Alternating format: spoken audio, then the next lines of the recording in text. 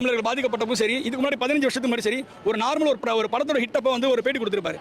தமிழ் மக்களுக்கும் உலக தமிழர்களுக்கு ஏதாவது நல்லது செய்யணும்னு சொன்ன ஒரு மனுஷன் அவரோட பிரச்சாரத்துல ஒரு 38 பேர் இறக்குறாங்க. ஹாப்பி மூட்ல இருப்பாங்க. Basic knowledge. இப்போ என் வீட்டில் ஒரு 10 பேர், உங்க வீட்டில் ஒரு 10 பேர்னா நீங்க நான் போயிட்டு அங்கே ஃபர்னல் அட்டன் பண்ணிட்டு அந்த மைண்ட் செட்ல இருப்போம். ஒவ்வொரு வீட்டுக்குள்ளேயும் இருக்குன்னு சொல்றாரு. அப்போ எப்படி இருக்கும்? நம்ம சப்பக்கட்டலாம் கட்டல. அவர் என்ன விஷயத்துல இருக்காரு அவரா வாயத்துல வரையும் நம்ம எதுவும் தெரியாது. 20 லட்சம் பணம் மட்டும் கொடுத்தா போதுமான்னு கேட்குறாங்க. கவர்மெண்ட் 10 லட்சம் பணம் கொடுப்பா நீங்க கேள்வி கேட்கல. அப்போ கவர்மெண்ட் 10 லட்சம் பணம் கொடுத்தா போதுமா? இப்போ ஏர் ஷோ நடந்தது சென்னையில். அப்போ கவர்மெண்ட் 10 லட்சம் கொடுத்தாங்க.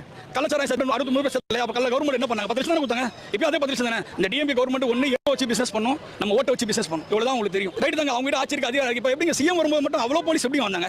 நீங்க அந்த 3-4 ஹவர்ஸ் வெயிட்டிங் சார்ஜஸ்ல இருக்க போலீஸோட இது எடுங்க ஃபுட்டேஜும் சிஎம் நைட் 1 மணிக்கு ஒரு ஃபுட்டேஜ் பாருங்க. ஆயிரக்கணக்கான போலீஸ். சிம்பிளா சொல்ற ஏடிஜிபி நம்ம வந்து 50 பேர் 40 பேருக்கு ஒரு போலீஸ்காரன், நாங்கள் 20 பேருக்கு ஒரு போலீஸ் 500 பேர் போடுங்கிறாங்க.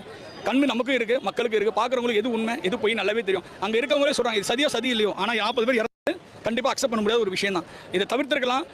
ஒரு மீடியாவில் யூடியூபர் ஒரு சவுக்கு சங்கர் சொல்லியிருப்பாரு, பிரச்சனை வரணுங்கிறதா டிஎம்கே எண்ணங்கிறதால தான் இந்த மாதிரி சின்ன சின்ன பிளேஸை கொடுத்துட்டு இருந்தாங்க. அவங்க சக்சஸ் பண்ணிட்டாங்க. என்ன அவங்க சக்சஸுக்கு நம்ம தமிழ் மக்கள் 40 பேர் பலிகாடு. அந்த கெட்ட பேர் விஜய்க்கு ஒரு பேரை கொடுக்கணுங்கிறது அவங்க எதிர்பார்த்து அவங்க நடந்துச்சு. இப்படியே தான் ஒவ்வொரு முறையும் அவங்க அழிக்கணும்னு எம்ஜிஆர் நினைச்சப்போ எம்ஜிஆர், அம்மா நினைச்சப்போ அம்மா இருக்காங்க. அடுத்து வந்து எல்லாரும் A team B team C team. அப்போ டிஎம்கே எந்த டீம்னு எங்களுக்கு தெரியல. அவரே ப்ரூவ் பண்ணாரு, கொஞ்சம் நல்லா இருக்கும். இப்போ விஜய் வந்து இதாயிருவார்னு நினைக்கிறீங்களா? இது மூலியமா இது மூலியமாலாம் ஒன்றும் பண்ண முடியாதுங்க. இது வந்து நான் தான் சொன்னேன். இப்போ ஏர் ஷோ நடந்தப்போ சிஎம் பழகி விளையாட்டாரா? ஏர் ஷோவில் 5 பேர் இருந்தாங்க, 61 பேர் ஹாஸ்பிட்டல் இருந்தாங்க. அவருக்கு பதவி விலகினாரா? இல்ல முடி மறைச்சிட்டு போயிட்டார்ல. வெயிலோட தகன என்ன பண்றாரு?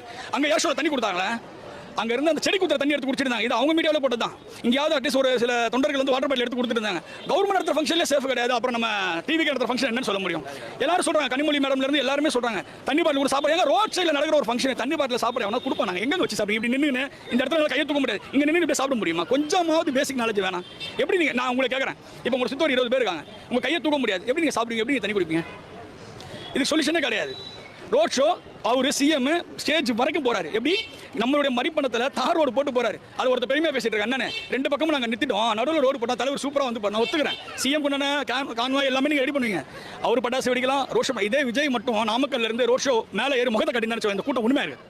முகத்தை இலங்கை தமிழர்கள் பாதிக்கப்பட்டப்போ சரி, இதுக்கு முன்னாடி 15 வருஷத்துக்கு முன்னாடி சரி,